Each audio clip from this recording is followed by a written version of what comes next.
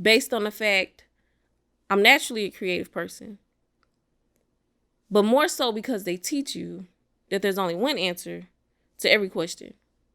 You're either right or you're wrong. But I'm guessing I envy it because it tries so goddamn hard to be perfect.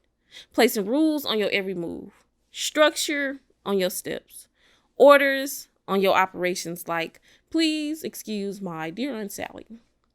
Please for parentheses before excuse before my for multiplication before division before addition before Sally for subtraction. See, guessing I hate math because it acts as if the number line represents your lifeline. Like, you either negative or you positive, and there's no room for in between because everybody knows that 0 is equivalent to nothing, so you have to pick a side.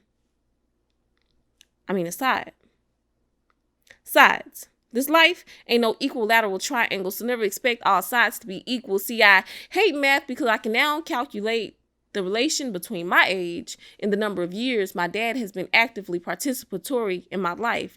Like, of the 27 years, 2 months, 10 days, 2 hours, and 6 seconds, he's managed to be a part of 0.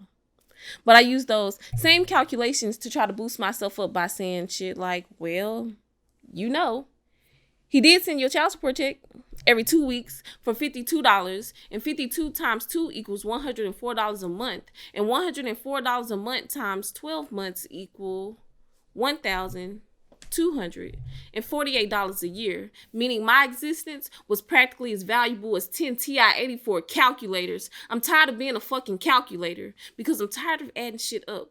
Like the red flags I should have noticed but drove 60 miles per hour past on a daily. See, I hate math because it's always telling the truth, knowing that the truth hurts, and it's facts. Women lie and men lie, but the numbers don't lie. But what I've come to realize is that my favorite number is 0. It never adds or takes away from anyone, and it's never bothered by the fact that it cannot be divided or broken. I wish I was the number 0, unable to be divided or broken. See, I hate math because I don't get how they came up with the number after the decimal point. Like, what in the world does 10.201993 even look like in real life? And who came up with that? See, I'm tired of doing examples on the board only to go home and still get it wrong. Like how God can make examples of us, but like dummies, we keep repeating the same mistake.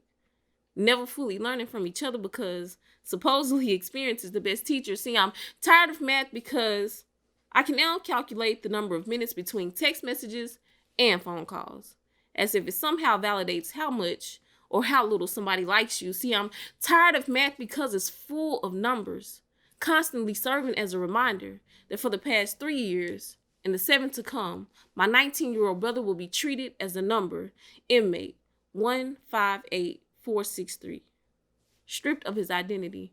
But one day my caged bird will be set free. See, I'm tired of math because how much you make determines how far you go or how far you grow or the extent of your own happiness. See, I'm tired of math because it makes me mad. It makes me think the best thing my dad could do for me is make me a beneficiary on his life insurance policy. As if adding $100,000 to my life and subtracting 1 could somehow multiply my happiness, but I'm thinking it would only leave me feeling more divided. See, I'm tired of math because I'm tired of trying to fucking solve for X and Y. Or maybe I'm just tired of people asking me about my X and Y. Like, why my X couldn't accurately calculate my value. But I'm guessing our set of coordinates were never the perfect ordered pair. See, I hate math because I'm naturally a creative person, but more so because they teach you that there's only one answer to every question. You're either right or you're wrong.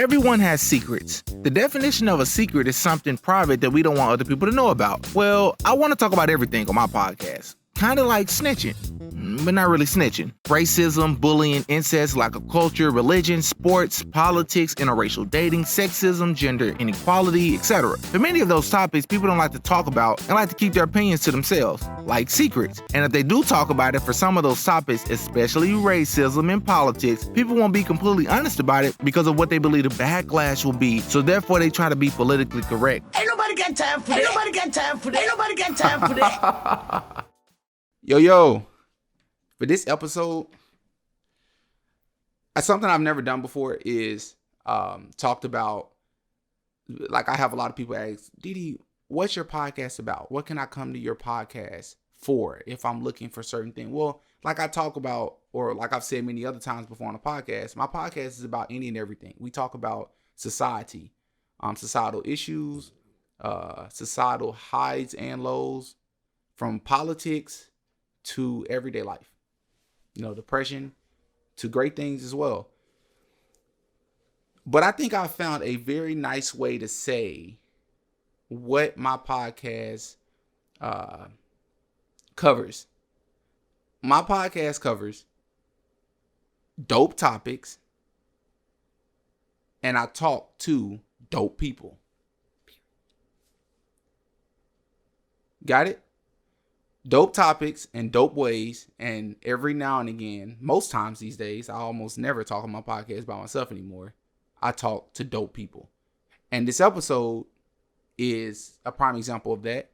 Again, like I told her before we started the podcast, she won't have to toot her horn. I'm going to toot it for her. The little bit I do know about her. I pay attention to people, from afar or right there beside them. And I admire people. I respect people.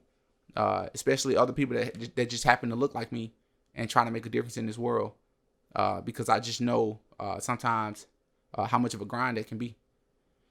So today I have the poet, the artist, the creator, the author, the master motivator. Wow. And the energy, let me get that right. The energy curator, Miss Drekkia Writes. Yay, you got it. But what's up, everybody? It's the poet, the artist, the creator, and energy curator, Drinka Writes. And we're live in Conway, and you know what's up. Didi, I'm super excited to be here with you today, man. I'm happy that you decided to do my podcast. You agreed to do it. Thank you so much for being here. Thank you for your time. Thank you for your presence. You look professional. You look nice. Well, thanks. Man, I try to look decent. Yo. I just realized something. Model isn't on here. I don't know why people think I'm a model. I just take you do. Pictures. See, what we're not going to do in this podcast is lie. We're not going to do that. We don't lie on this podcast, at least not intentionally. What? I just like to take pictures. Man, I don't listen, identify as if a you model. just happen to take pictures that are dope, there's that word again. I'm not saying it's because she's in front of me. I'm not saying it's because you're here. I don't, listen, man, I'm if you don't realize this within this little 30, 45 hour long talk, however long we talk, period. Right. You will never realize this about me. I'm going to shoot it to you straight. If I just met you 20 minutes ago, I wouldn't say something that would necessarily hurt your feelings, but I'm always going to shoot you the truth. So you would tell me if I was ugly? I would tell you if you weren't attractive to me. If you asked me. That was good. I would tell you. Okay. I would tell you. I have I'm very respectful about the way that I say things, but if I say something, I won't lie. If I want to say something, or if you ask me something I don't want to tell you, I'm just going to be quiet. But I won't speak and lie or mislead you.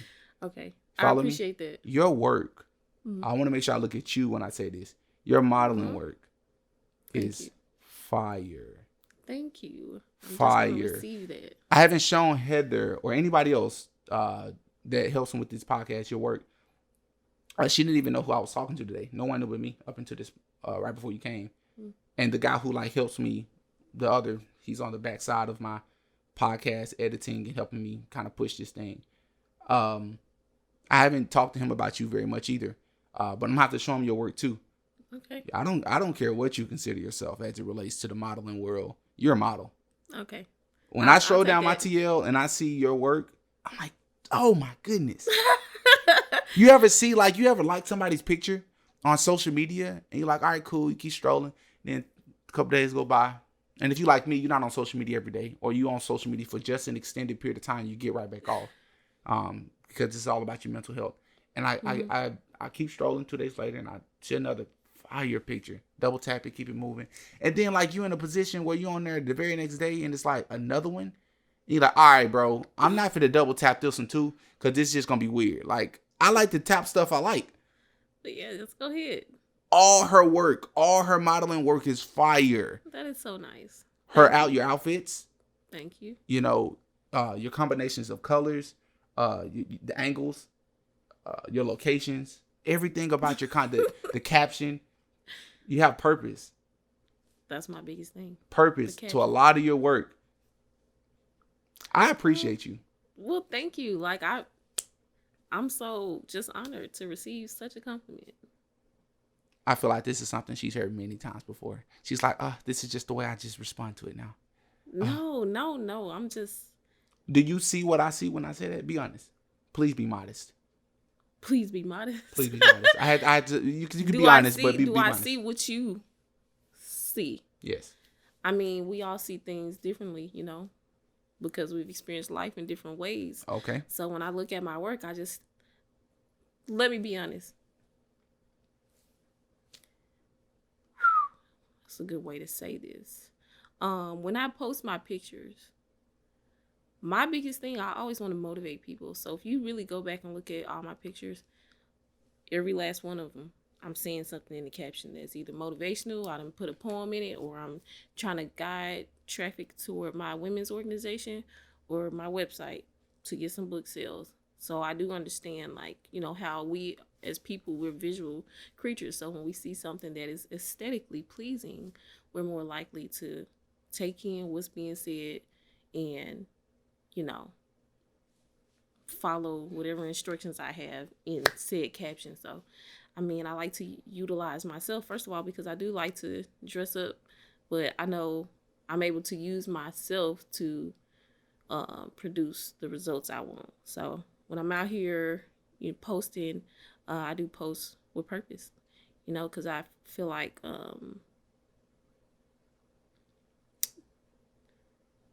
feel like I'm able to represent a big group of people, you know, just with what I do in my words, because our words are powerful. And I talk about this all the time, like, you know, what we feed our ears and our eyes is so critical because it really determines how we think, how we feel, and how we behave. So again, maybe we see the same thing. I hope we see the same thing. I mean, you see great things, I see great things. But I mean, I don't exactly identify as a model. But if somebody want to pay me to put on some clothes, some shoes, or an outfit, I definitely will do it. I definitely will do it. All right. Do you think being considered a model is predicated on being paid financially? No. A lot of people do. So yeah, I don't. I mean, I do think it's a job though. It definitely is a job. It takes effort. Like the act of modeling and producing a picture, like there's effort that goes into that kind of situation. Yeah. So it's definitely something that deserves payment. You know. Fair enough. All right, so Drinka, I don't want to take up too much of your time today. So what I'm going to do, kind of what I talked about prior to the podcast, is I want to just get a little bit into your story, your background, if that's okay. And then we're going to transition into some critical topics I know that you're very passionate about. Okay. Where are you from? I'm from Little Rock, Arkansas. You're from Little Rock? Yeah. I wasn't expecting that answer. Why? Not in a bad way at all. I had to just realize how that sounded. No, I'm just saying, like, a lot of people who are from, for example, I've been living in Conway the last 7 years. And majority of the people I meet in Conway, Drinka, are not from Conway. Right. Everybody comes here for college. Everybody comes here for a job. Everybody comes here because their family moved here, type deal. So I don't know. I guess I'm just not used to people saying that they are from this area. Oh yeah, I'm definitely from Southwest Little Rock, to be specific. Okay. Are you the only child? No, I'm one of 5 on my mama's side. Now, my daddy, I'm not sure how many kids he has because I don't even think he's sure about how many kids he has. But with the ones that I grew up with my mom, I'm the second oldest of 5. So I have 3 brothers and 1 sister. Oh. Wait, and so there's only one child that's older than you, and that's Yeah, my big brother, Brother, Maurice. a brother. Okay. How would you describe your childhood? Was it like an adventure? Was it tougher or? It was definitely a tough childhood. Very adventurous. I feel like my mama, she provided us with a lot of experiences. Like we did a lot of cool things, like picnics. We would sit on the couch and read on Saturday mornings, listen to music. But there's also, some tough times too, especially when my mama started experiencing depression. That was a very dark time because, things just shifted and it changed. But, I was able to experience a lot growing up, and all of my experiences I'm appreciative of. If you don't mind me asking, did you grow up with your dad? Did you? No. Okay. I had a stepdad. He had been in my life since I was like 2. But my real dad, no, we didn't particularly have a relationship. Like, he would come by my house and he would park in the front yard. Literally, I would sit in the truck with him and we would literally have the same conversations every time. And I say this all the time. He was just, how old are you again? When's your birthday? And it's so crazy because my birthday was just Tuesday, and he actually came. Happy belated. Thank you. Mm-hmm. He came to my house, and he said, "Oh, your birthday today? Oh, look at you being consistent." But no, we. Wait, he said you being consistent because you had another birthday? No, I said that to him. Because he just don't ever remember my birthday. Yeah. Is your dad like an older gentleman or? Yeah, I think he's like in mid-50s. Okay. I don't know what you count that as young or old.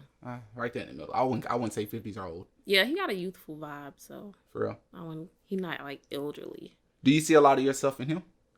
Yeah. Personality wise? No. Well, maybe I'm in denial. I don't know. And then again, I don't know him like that. Like, we literally we like associates. Like, right. You see somebody kicking, you talk with them right there, and then after that, that's just the end. So, I don't really know. I know I don't got no real eyebrows like him. Like, he don't got no eyebrows. I don't got no eyebrows. What y'all see right here is an illusion. I had to put these on.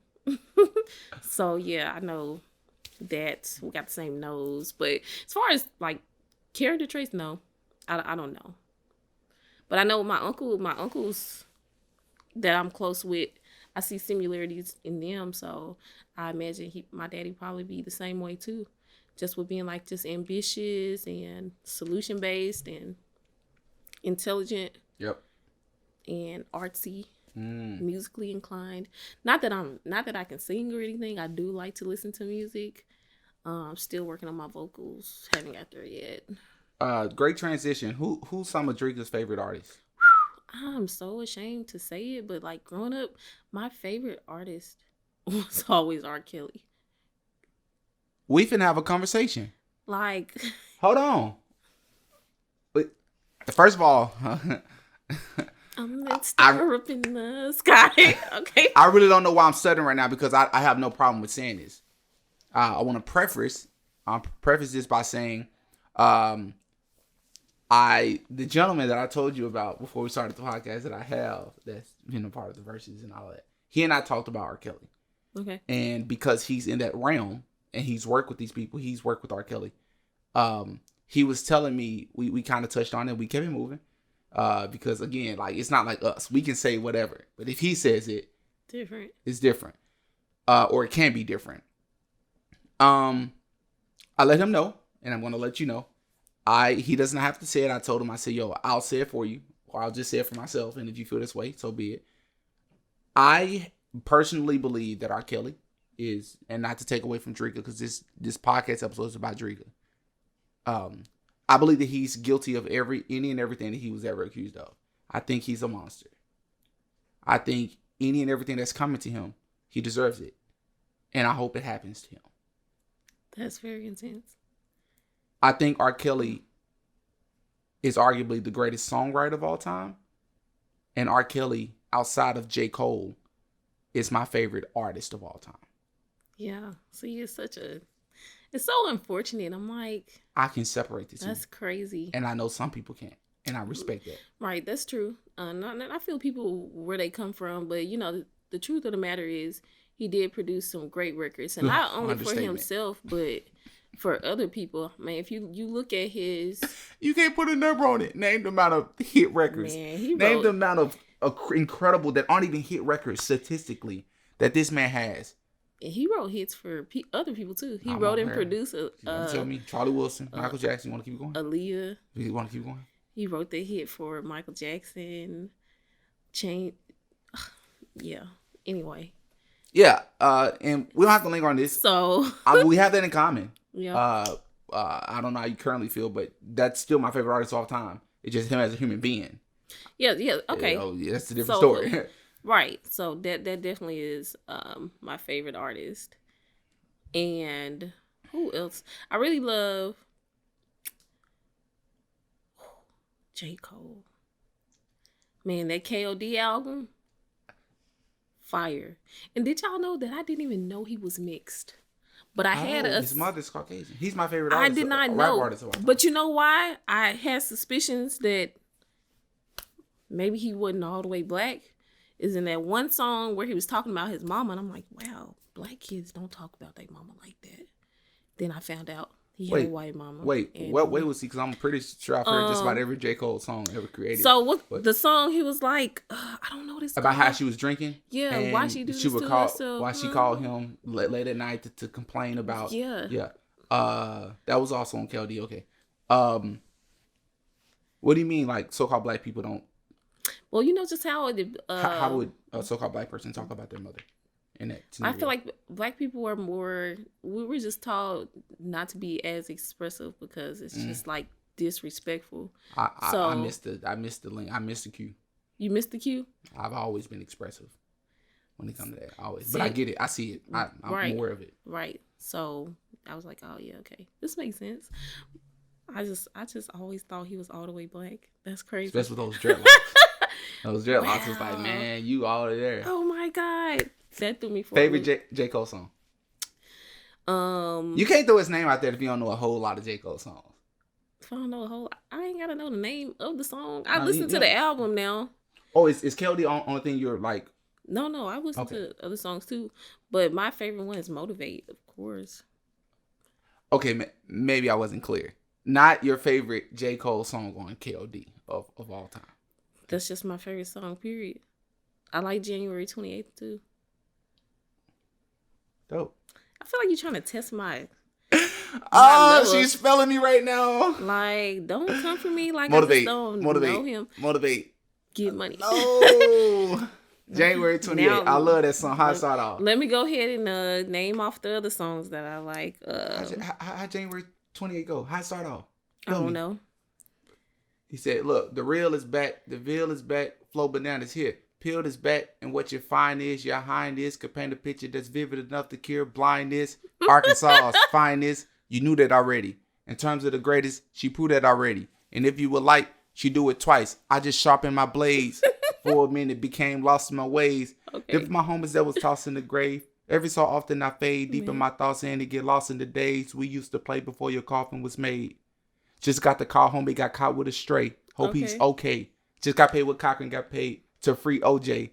Just to share my life on the stage and full of strangers who know our brother far too well. And that's the danger, know me better than I know myself. I rip a page out my notebook in anger and let these thoughts slang us saying, don't give them too much you.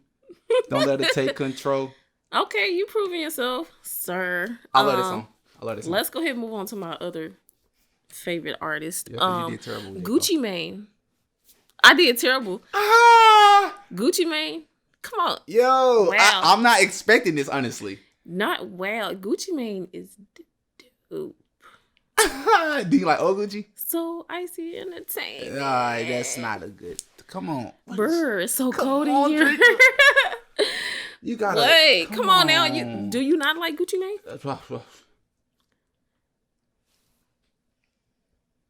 Listen. When I say do you like old Gucci, I'm saying like I mean naming no like the mainstream songs like the some Gucci like some Add It Up. You know Add It Up? Add it up. Add it up. Boy, tear it up. Never Used to mind. make you mad. I'm gonna make you mad. Give me some. Add it Give me up, some love. add it up. You better give me some love. All right. Give me some girl. Trapping out my beamer Like like a a stuntman stuntman on my stunt. Though my leather is so soft, I put the top off in the trunk. Baby shaky, getting places. Said she see me in my dumb. Picked her up in purple bed deuces on back 20s on front. Gucci houses, Dr. Molly, even got that Maserati. And then let me in that Bentley. Shout out to my homie Quick. Shout out to my boy Diego making pesos for them bricks. Gucci, I'm your truly East Atlanta. I tell them stand up, I'm swagged up like Gucci got it swag up. But thank you mad now. I'ma make you mad up. I'm swagged up, I'm swaggered up. Oh, I think I'm so swagged up. You must have boy, so catch it up, cause I think I'm so swagged up. Okay, look at you. Yo, that's crazy. Okay. This is why you should never judge a book by its cover. Because not to insult you, it's not that I didn't think you. Obviously, we know who Gucci is, but that's Gucci.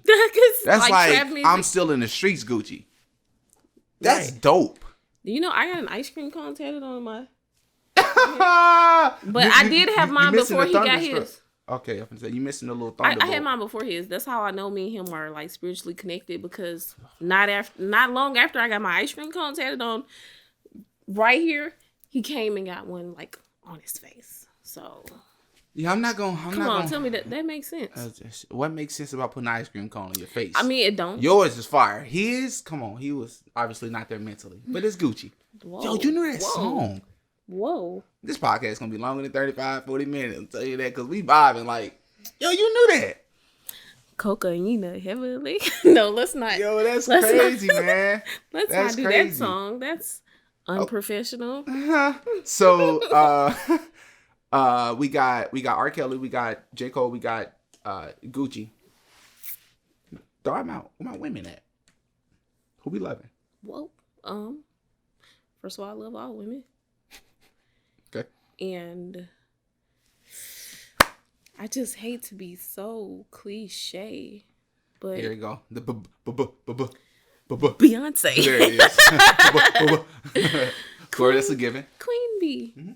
I can't even think about no other lady artist right now. Oh, don't worry. I'll help you. Help me. You need help. Oh, Lauryn Hill. Now, she is cold. She cold. She's go at the back top and of the listen to her lyrics. Impeccable. She's a true MC, true lyricist. Not a true MC, not a true lyricist for a woman. She's a true lyricist. She can rap, and she's talking about conscious material. Exactly. That's great to listen to. Very educational. Speaking of the miseducation. The miseducation. All right. Okay. Dope. All right. So you've always been musically inclined. As far as you can remember, you've always been artsy, as you say. Mm-hmm. So, did you go to college? Yes, I went to UCA. I graduated in 2017. I got my degree in insurance and risk management, which is it's a Bachelor of Business Administration degree. But yeah, I did that. What do you want to do with that? Well, I could have been a risk manager. Yeah. Could have been a claims adjuster, which is what I wanted to do, but it's just I could never get into the field, even though I really did like it. But naturally, I've always just done art. I've always taught poetry and creative writing. So throughout college, that's what I was doing. Then when I graduated, those were the opportunities that were always presented to me. So I do it naturally, and I do love that as well. So that's what I just been sticking with. Okay, so how did you transition though? So you graduated from college, and you was already involved in poetry and stuff like that. Were you already doing it in different? Yeah, so I've literally been doing poetry since middle school. But in high school, I had my own poetry club that I ran. I would meet with students during lunch, and we would work on poems. I organized our school level Poetry Out Loud competition, which is a national recitation competition. I've heard of this. Poetry Out Loud. Poetry Out Loud. Yeah, it's a national poetry recitation competition. So there's 3 levels. People compete on the school level. Whoever wins from school level go to the state level. Whoever wins at the state finals, they go to nationals, which is usually held in Washington, D.C., where students from across the world come and come to compete for like $20,000 in cash prizes. So it's dope. So I organized the school level one when I was in high school. Then after I graduated, well, even in high school, I was performing. I was a part of a group called Foreign Tongues, which was a poetry slam team. So we would do shows, traveled all across the states performing. And then, when I was in college, I got an opportunity to start teaching poetry, like as a workshop. And that's how I was introduced to like being a teaching artist, where you go in contract with different schools to teach workshops. So once I started that, I got a job in an after school program, literally teaching poetry and creative writing. And then from that, I just always used my art to, be able to work with youth and to reach them. Because one of the biggest things I do, I like to use poetry as a way to help students, first of all, learn how to use it as a coping mechanism and to help them increase their communication and comprehension skills. So again, I taught the poetry and creative writing workshops in schools, and then in the after school program. And then I worked as a behavior coach, where I literally used poetry and creative writing to help with behavior modification. So wow. That, and then in my current job, I'm the arts and education program manager for the state of Arkansas. So literally what I do here now is help teaching artists and art organizations get money to implement art in into academics. And now I actually plan our state level poetry out loud competition. So it's like been a full circle. I was in high school, I planned the school level one, and now I'm the one who plans the statewide poetry out loud competition, which is what I'm gearing up for right now. We'll have our competition in March. So right now I've been recruiting schools to participate. Wow. Yeah, real life. Wow. At-risk youth. Why such a huge focus on that? Because growing up, I was considered an at-risk youth. In middle school, I started going to this program called Go Girls, and it was an after-school program. After school, we would go to Second Baptist Church in Little Rock, and they would give us food, and we would do different workshops, get homework help. And even through that program, we got opportunities to volunteer and just be exposed to something so much different. And then I even got a chance to go to London, England for free through the youth program. And I believe having that experience of being able to go across the country for free and for them to give you money to do it. I feel like it allowed me to see something so much different and something that was outside of my environment. And it inspired me to want more and to do more. So, as an adult, when I look back, the program was literally for at-risk youth. I didn't know I was considered an at-risk youth growing up. But so to look back and to know that people were dedicated to investing in kids that they did not even know, that really touched my heart, because that did change my life. So I always want to give back in that way. Who can I help? What one thing could I tell you, or what one volunteer opportunity could I put in front of you that'll change the trajectory of your whole life, So being able to plant little seeds like that for at-risk youth, those who grow up in environments that aren't favorable, that's really a thing for me, and I'm passionate about it. Okay, thank you. And I think because I was going to ask, for those out there who would hear at-risk youth, what does that mean to Drinka? What does Drinka think of when she hears, or when she says or uses the term at-risk youth? But as you put it, it's those who grew up in these almost disenfranchised communities, you would say, who have these statistical odds that say that they are, far less likely, right, to make something of their lives. And they grew up in poverty, or they're just in an environment where nobody has probably graduated high school, or let alone college, right? Right. So who lack positive influences in their home, that they're at risk. Okay, and you've been using, as you say, you've been using poems and poetry to kind of almost like the vehicle to get people to express themselves. And what is it that you said, to also learn comprehension skills? Yeah, to increase their comprehension skills. I think that's incredible. So you're from Little Rock. You graduate with a degree in insurance. Yeah. But you realize that your calling was for you to be doing something a little bit different. Mm-hmm. And you wear, you're wearing a hat right now, but the proverbial hat, you wear many different hats. As I said at the very beginning, you don't call yourself a model, but from being a poet to being an author, to being a master motivator. I don't know if I've heard that term very much, an artist. I think what you do is dope. I think it's incredible. It's very admirable. It's very inspirational. All those good words, those feel good words. And I respect it on a whole nother level. I see a lot of people out here doing things like this, but to be fair, and maybe you can put me on to more, I don't see as many women doing as many things in this area as you do, especially locally. Drinka is, I don't know you very well. I've met you twice.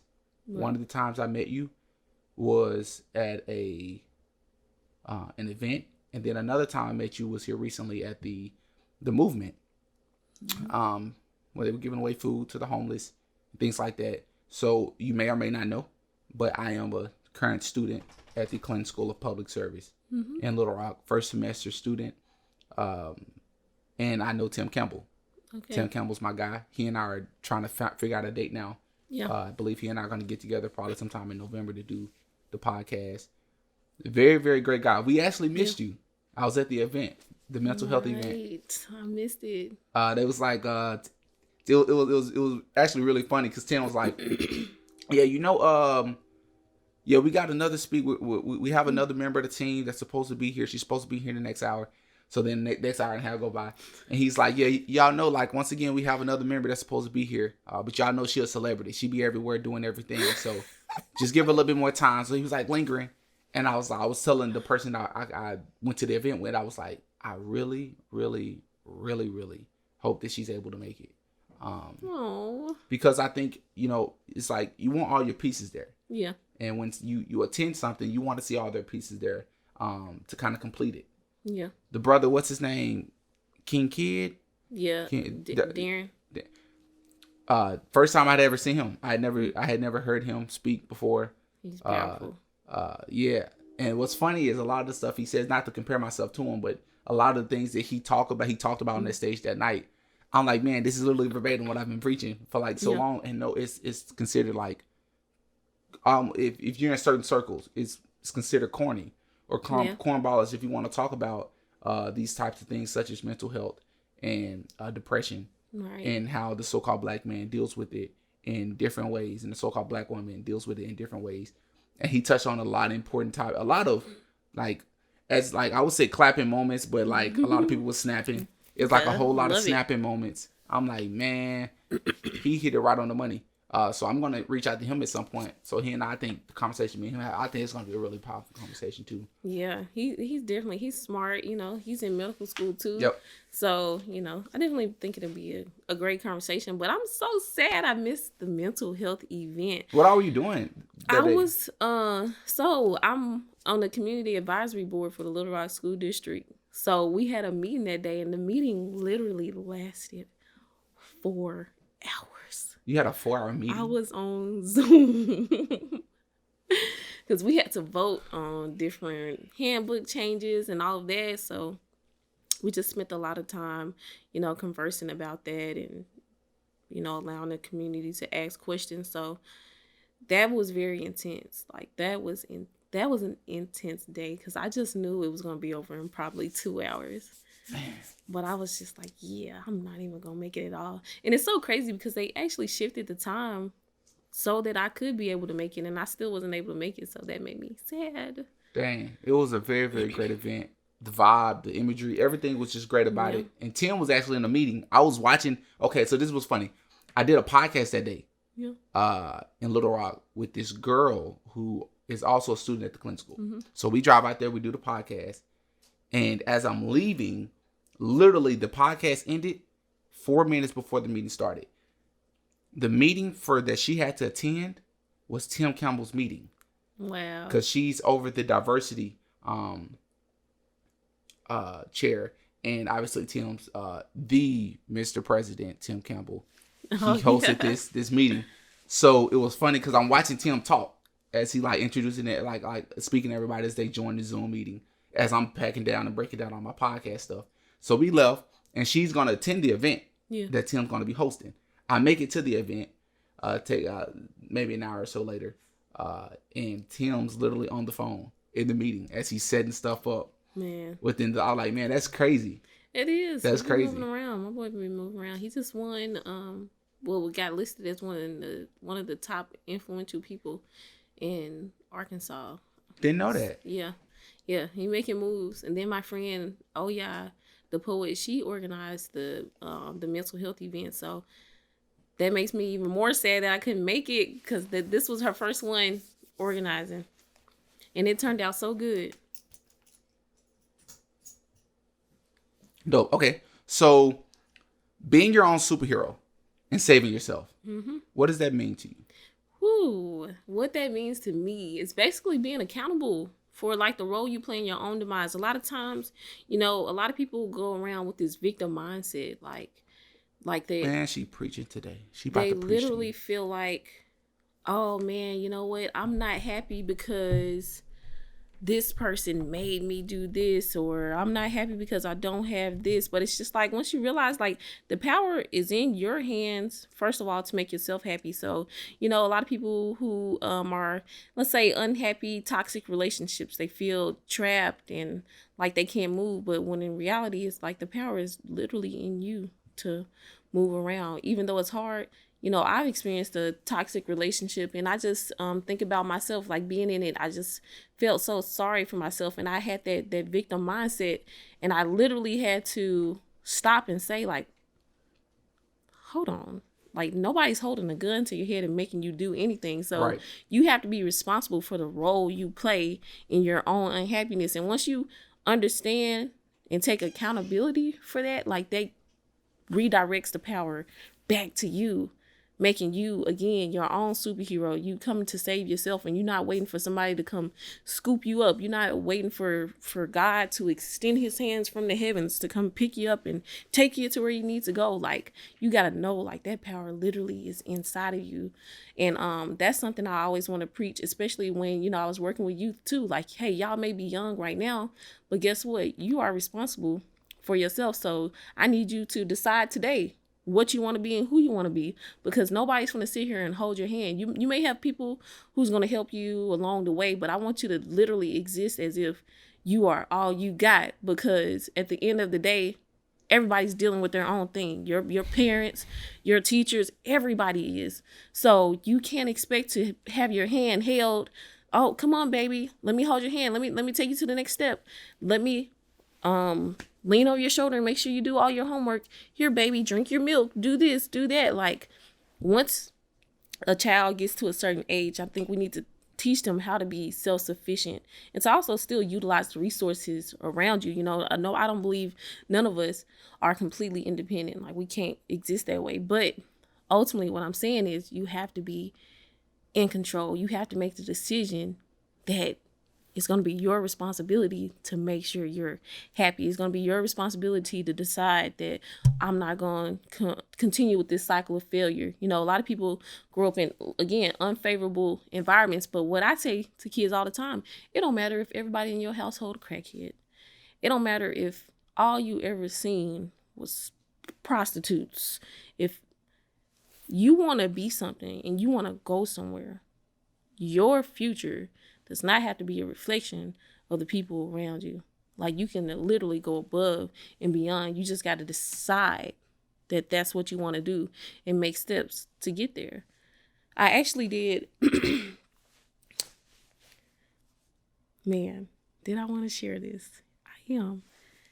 So when I worked at Henderson Middle School in an after-school program called Love, and mind you, this Henderson school is like a high poverty area. So Y'all, I don't know what's going on today. I sound like you need some water. Go and take a sip. Drinking that lemonade. I think some might be in that lemonade, come to think about it. But when I was working at Henderson Middle School, I started doing this program called Succeed Week. So every year there would be a week focused on empowering the students, because I have 2 brothers who are incarcerated. So my oldest brother, he's in the federal penitentiary in Forest City, and then I have a younger brother who's 23, and he's in the state penitentiary, and he's literally been there since he was 16. What? And one thing he told me, yes, he's been there since he was 16. He's 23 now and still got a couple more years on him. But one thing my baby brother told me that stuck with me, he was like, I didn't think I would get in that much trouble. And then in my mind, I'm just like, well, if you commit a crime, you're going to, do the time. And he just didn't know that, he just didn't feel that he would get in the trouble that he did. Like, because he got charged as an adult and he ended up going to, an adult penitentiary as a child.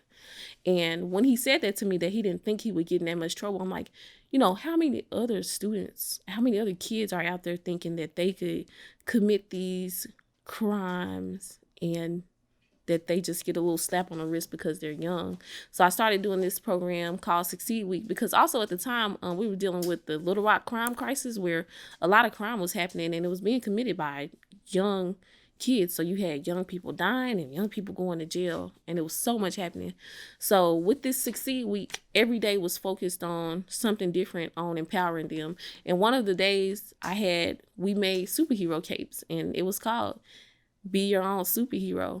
And we literally, just tried to equip them with tools to help them realize that, that they have power, and that if they wanted to be something and be somebody, they literally can. You just have to, my thing is, you have to let a child know that they do have the power and that they do have an opportunity to be more and go wherever it is that they want to go. Because if they're not told, then sometimes, they won't realize it. So again, we did so many activities. We made dream catchers. We talked about the future. We talked about good decision making. We talked about the importance of association and who you associate yourself with. Like, we talked about so much. And again, all I wanted to do was just, give them some kind of hope for themselves. Be your own superhero. Save yourself. You got it. You can do it.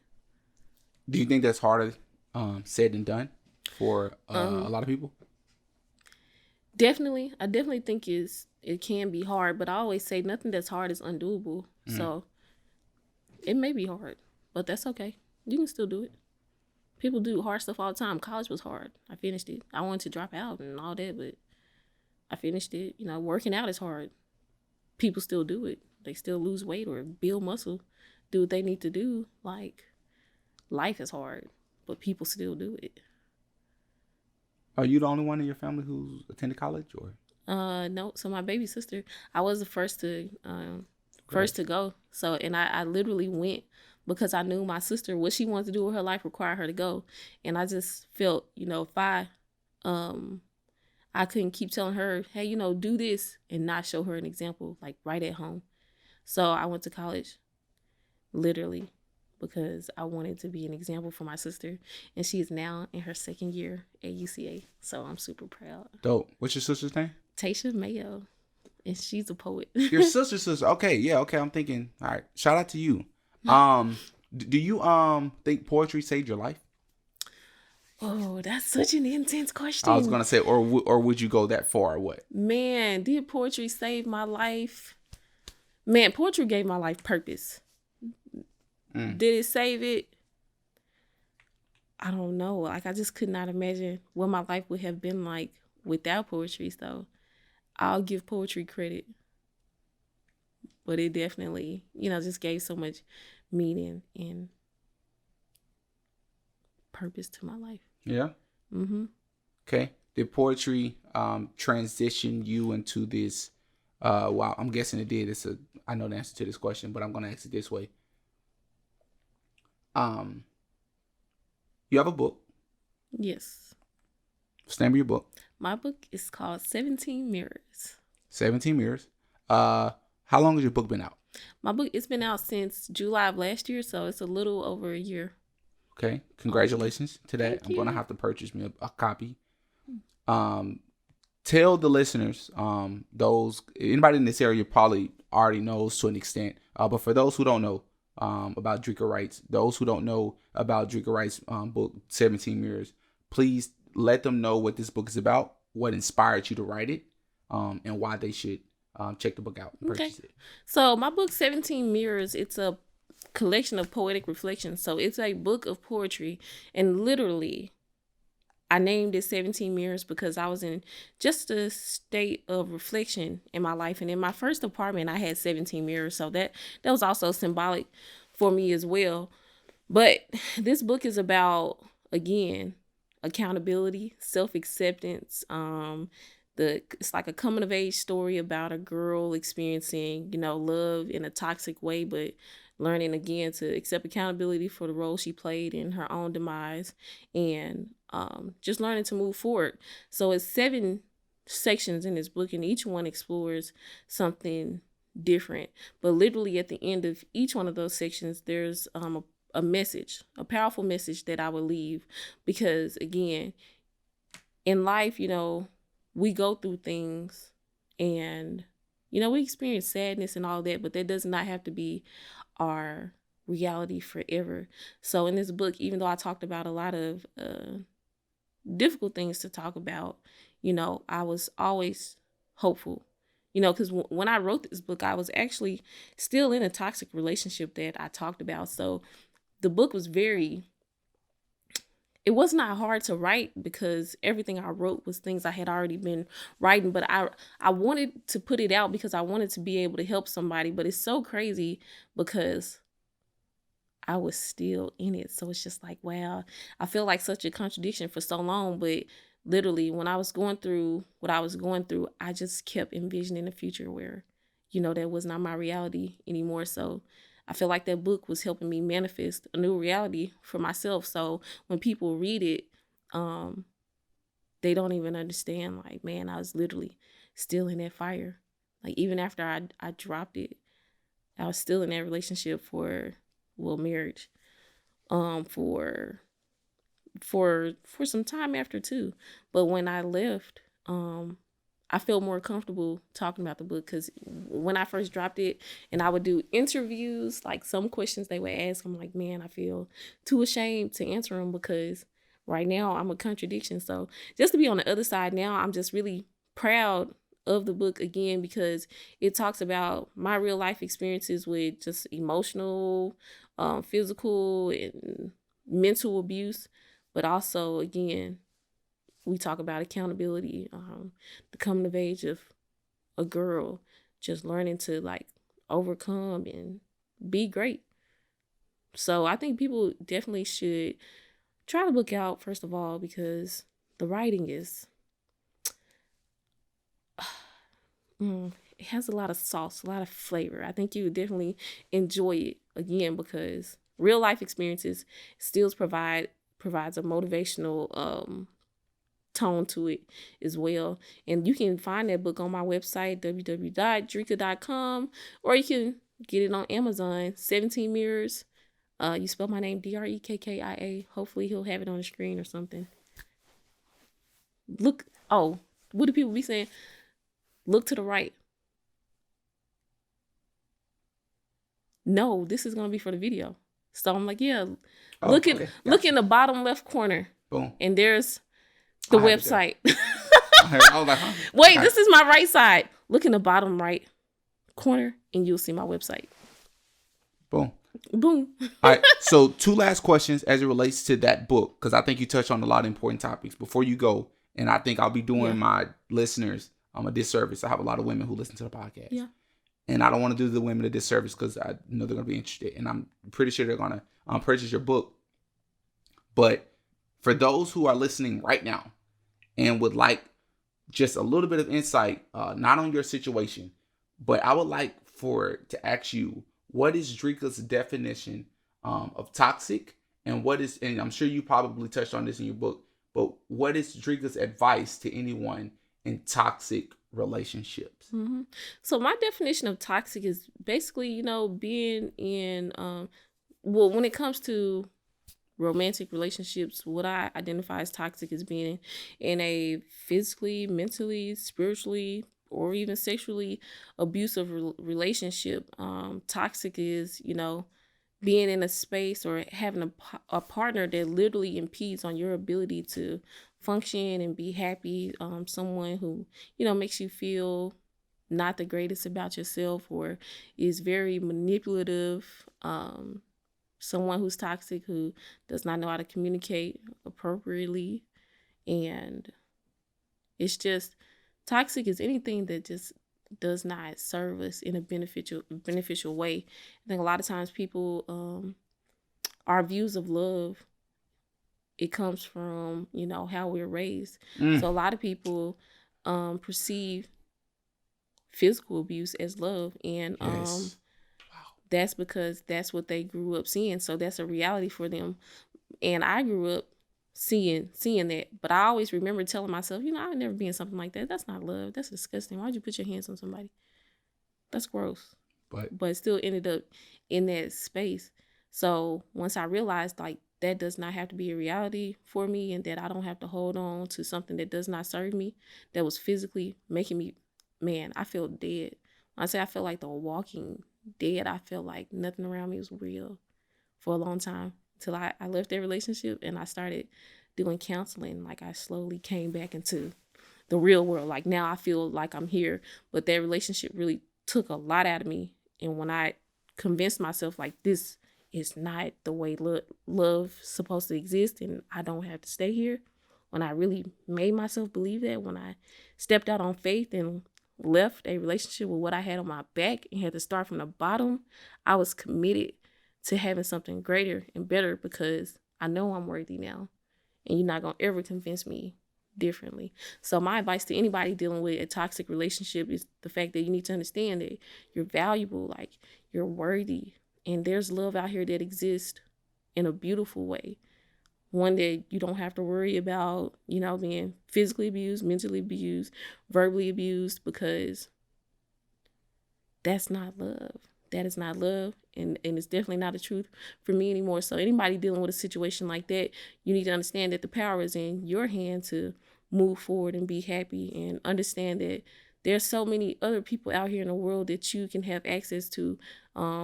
Whoever you may be with that's not serving you in the most beneficial way, you can let that go, and you can have better. You just have to believe it and go get it. Thank you so much.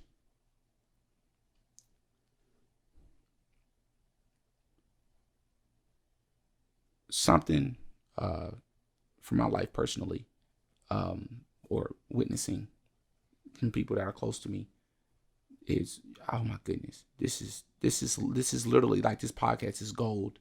This episode is gold, because you just said something when you said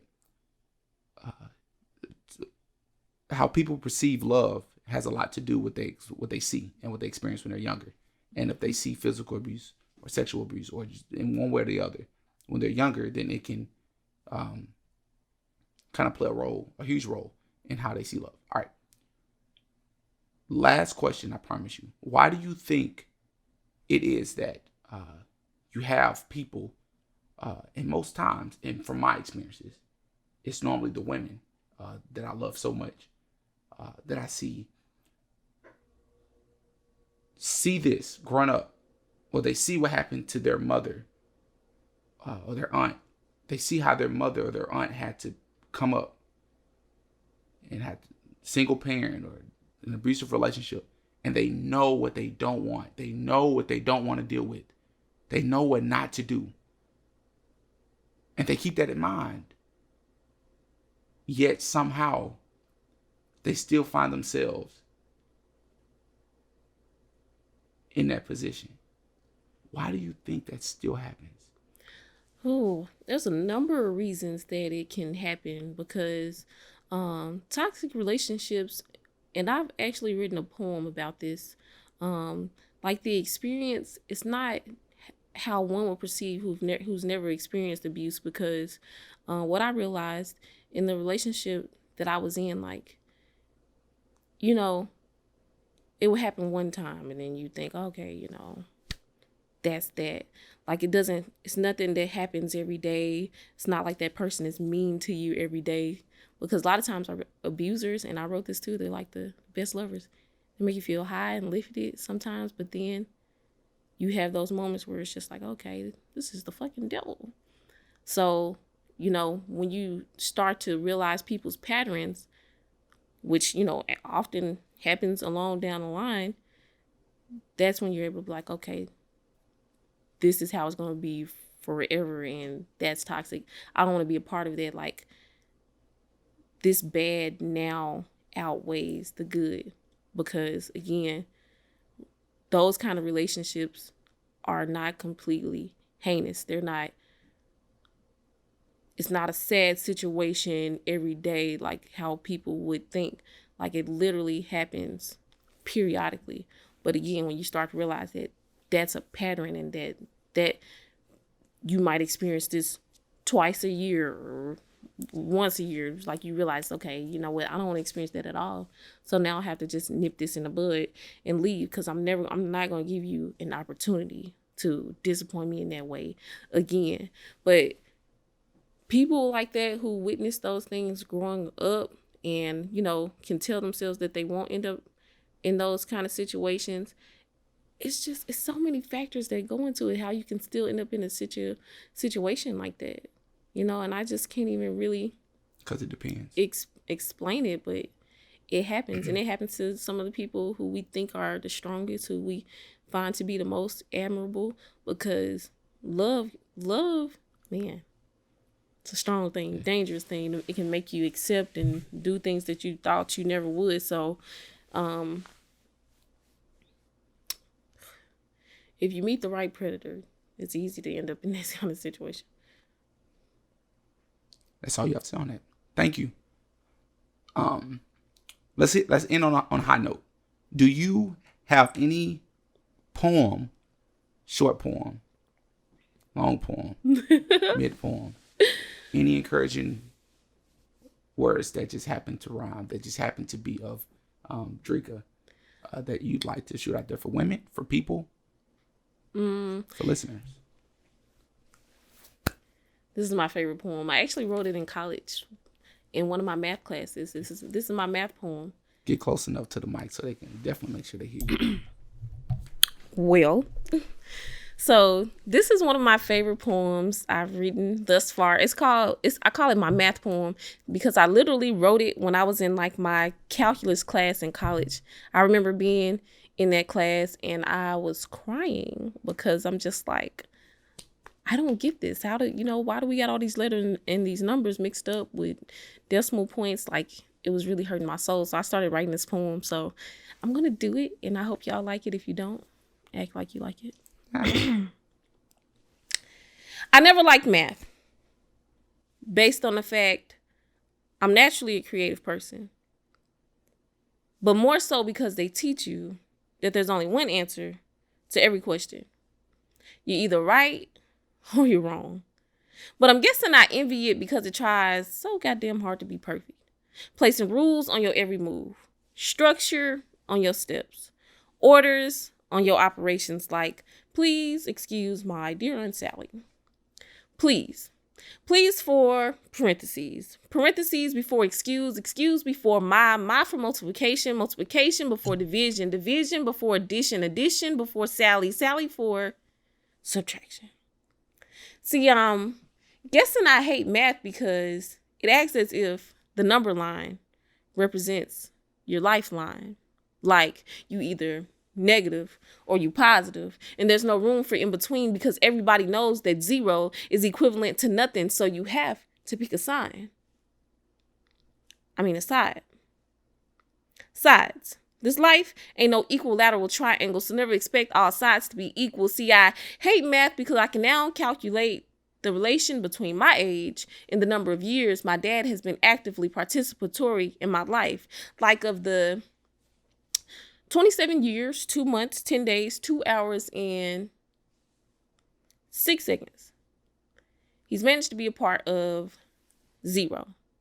But I use those same calculations to try to boost myself up by saying shit like, well, he did send your child support check every 2 weeks for $52, and 52 times 2 equals $104 a month, and $104 a month times 12 months equal $1,248 a year, meaning my existence was practically as valuable as 10 TI-84 calculators. I'm tired of being a fucking calculator because I'm tired of adding shit up. Like the red flags I should have noticed but drove 60 miles per hour past on a daily. See, I hate math because it's always telling the truth, knowing that the truth hurts, and it's facts. Women lie and men lie, but the numbers don't lie. But what I've come to realize is that my favorite number is 0. It never adds or takes away from anyone, and it's never bothered by the fact that it cannot be divided or broken. I wish I was the number 0, unable to be divided or broken. See, I hate math because I don't get how they came up with the number after the decimal point. Like, what in the world does 10.201993 even look like in real life? And who came up with that? See, I'm tired of doing examples on the board only to go home and still get it wrong. Like how God can make examples of us, but like dummies, we keep repeating the same mistake. Never fully learning from each other because supposedly experience is the best teacher. See, I'm tired of math because I can now calculate the number of minutes between text messages and phone calls, as if it somehow validates how much or how little somebody likes you. See, I'm tired of math because it's full of numbers, constantly serving as a reminder that for the past 3 years and the 7 to come, my 19-year-old brother will be treated as a number, inmate 158463, stripped of his identity. But one day my cage bird will be set free. See, I'm tired of math because how much you make determines how far you go or how far you grow or the extent of your own happiness. See, I'm tired of math because it makes me mad. It makes me think the best thing my dad could do for me is make me a beneficiary on his life insurance policy. As if adding $100,000 to my life and subtracting 1 could somehow multiply my happiness, but I'm thinking it would only leave me feeling more divided. See, I'm tired of math because I'm tired of trying to fucking solve for X and Y. Or maybe I'm just tired of people asking me about my X and Y. Like, why my X couldn't accurately calculate my value. But I'm guessing our set of coordinates were never the perfect ordered pair. See, I hate math because I'm naturally a creative person, but more so because they teach you that there's only one answer to every question. You're either right or you're wrong. Thank you. What was that face? Oh, thanks for the heart.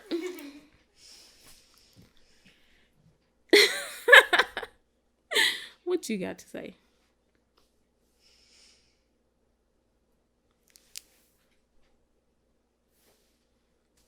I feel like you're looking at me like a parent.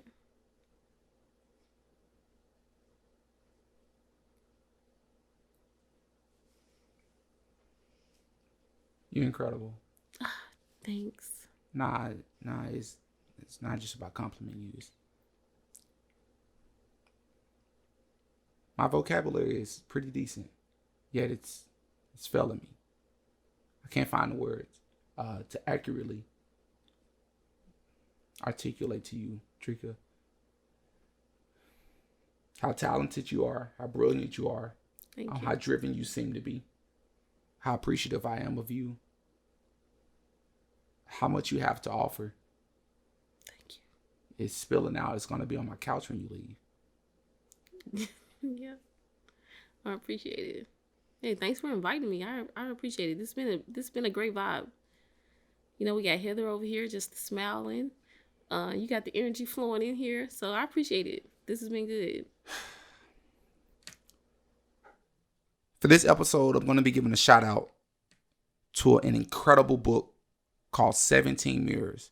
It is a collection of poetic stories that explore the woes of life. It explores the regret of poor decision making while under the influence of emotions, toxic relationships, and the confusion of transitioning into adulthood. It talks about discovering purpose, There's that word. And using trials and tribulations to power a promising future. It is a tale of reflection, blossoming, and growth. It's Drinka and Diddy Motivates. We out. Peace.